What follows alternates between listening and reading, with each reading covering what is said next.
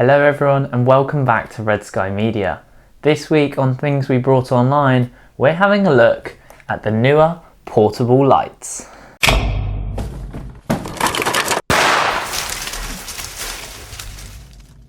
So as I said, this week we're going to be taking a look at these awesome lights from Neewer. I'm going to go ahead and turn them off for a minute so you guys can actually see me. As you can tell, you get 3 of them with this set. And you also get a remote, some stands, and a few other bits which we'll come on to in a minute. So how much is this all going to put you back? Well, currently the light pack retails for about £220, which is roughly $290 for our friends in the US.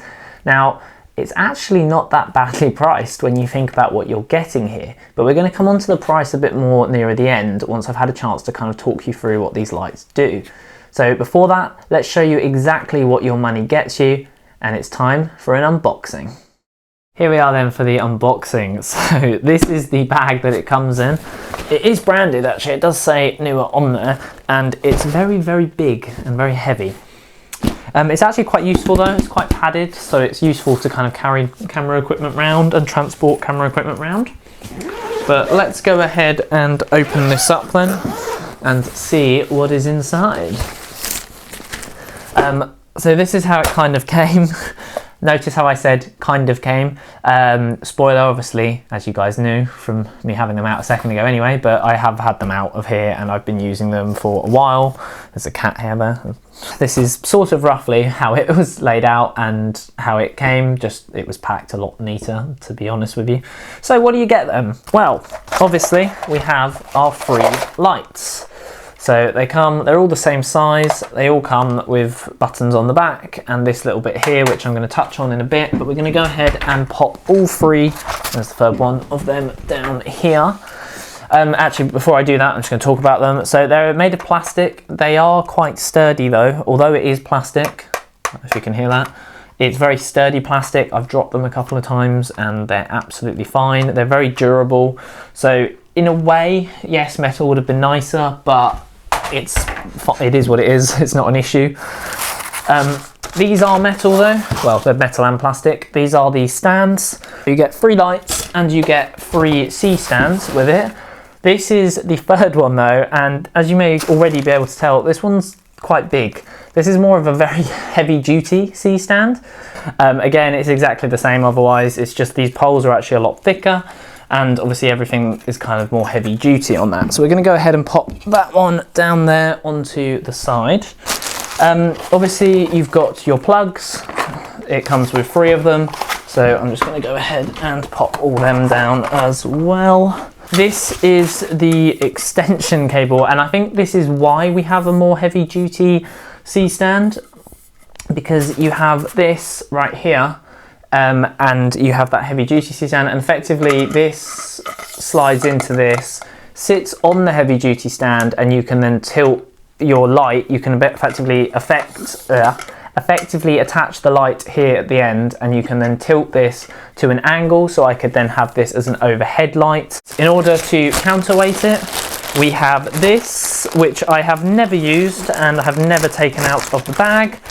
But it is a sandbag, I believe. It is. So, well, it's a sandbag or for weights or whatever. So basically you can fill this with heavy stuff and you can put this onto the lights to hold them down at the bases or attach it as a counterweight onto the other side.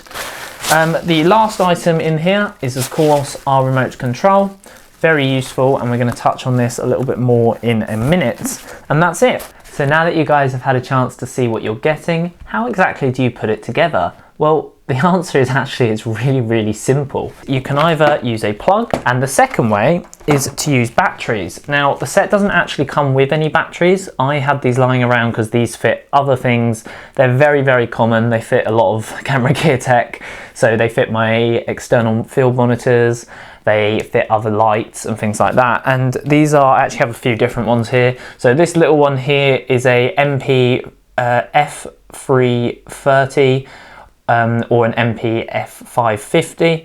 And then these slightly chunkier ones here, They are MP F960/F970 batteries. Doesn't really matter, to be honest. A lot of them will fit in here, but for a set of these two chunkier batteries, I believe, I wrote it down over here somewhere, it costs about £30 for a set of two, which is $40 roughly if you're in the US. So they're not particularly expensive either. And like I said, if you have a lot of other camera gear, other lights, other monitors and camera gear and equipment, then the chances are you actually already have batteries that will fit these lights anyway, just lying around.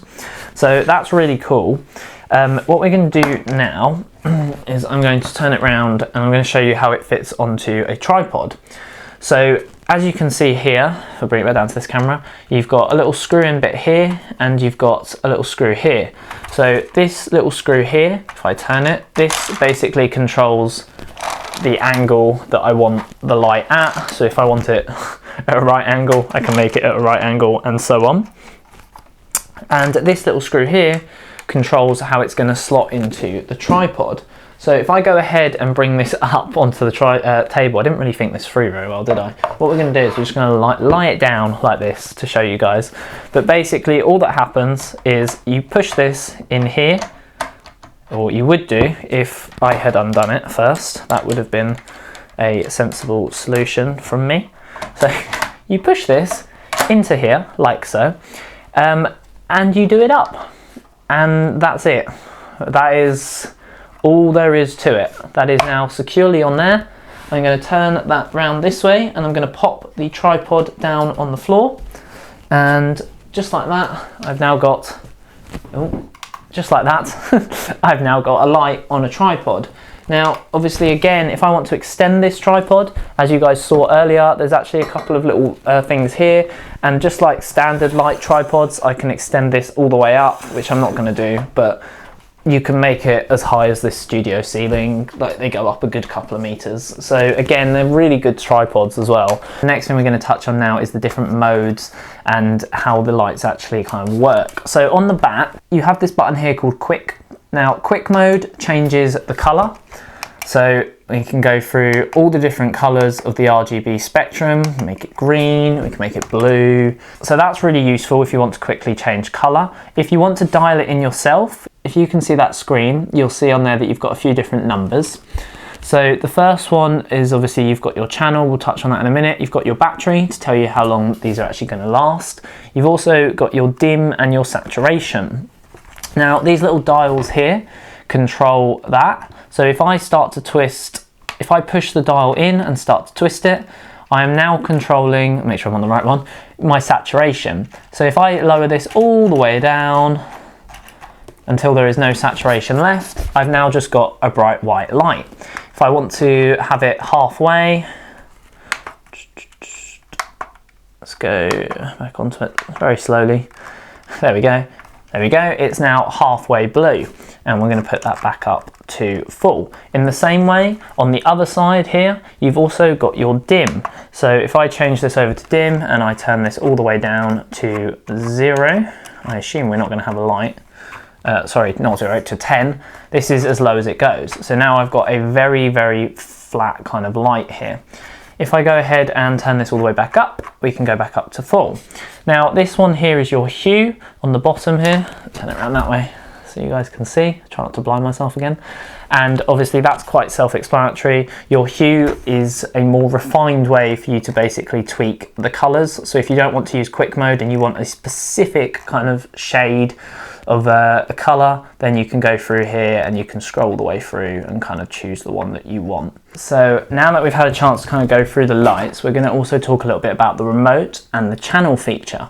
Now they have channels on the lights, so each one at the moment is currently set to channel 12. Now what this means is if I turn them off, they all go off. If I turn them on, they all go on. What you can do with this, which is really cool, is you can actually set them to different channels. So if I take this one here, for example, and put this on channel 11, and I take this one here and put this on channel 13, and now turn it off, I've only turned off channel 12.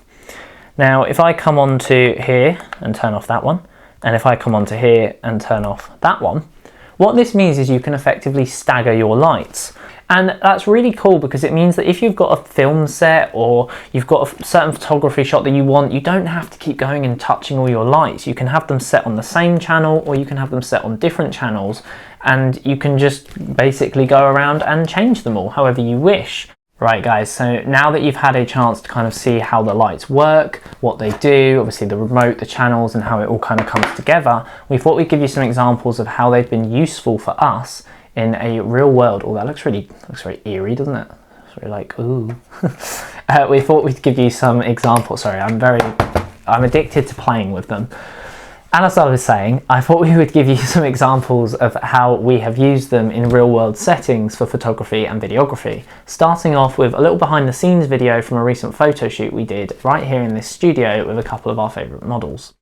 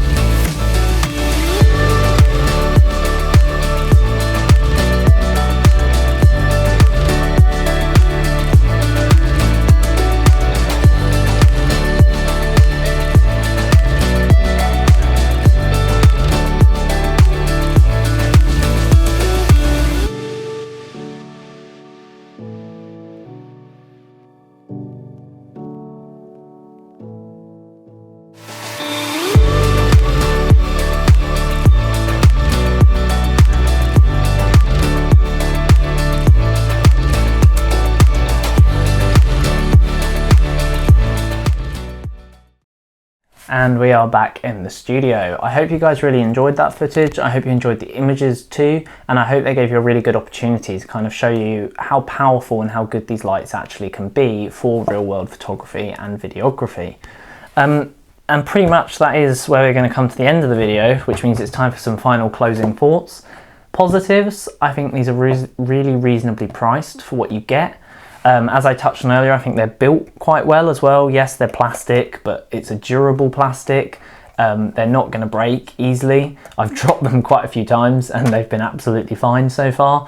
Obviously the different modes that you get with it, the amount of equipment you get here as well, you're basically getting 3 C-stands out of it. You're getting obviously all the lights, you're getting plugs, you're getting all the extras that we kind of touched on, and obviously the fact that you can link them all together through one remote. You've got all of like the options there. I think they're such good value for what you're getting. Obviously it is a shame that you don't get batteries with it. I wish you did. I think that would be a nice thing to maybe see them include in future packages from Neewer, but at the end of the day, they're not particularly expensive to buy as extras, and obviously you can still use them without batteries as well. So yeah, I'm actually going to pop that back in as well. I don't know why I took that one out, just in case I want to shine it again at you guys. But yeah, basically these are really good quality lights.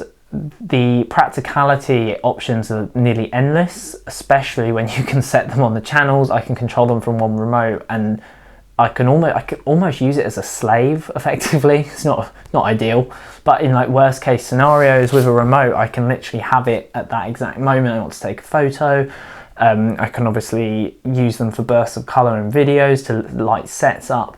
They're just really useful and practical, and I think they're a fantastic tool to kind of have in our filmmaking kit. And yeah, that's pretty much it for the positives. In terms of negatives, I don't really have anything bad to say about them. I think they're great value. I guess, as I said, the only downside is the lack of batteries, but it is what it is. You can buy some relatively cheaply. And as I said, most people will probably find they have a fair few that fit anyway lying around.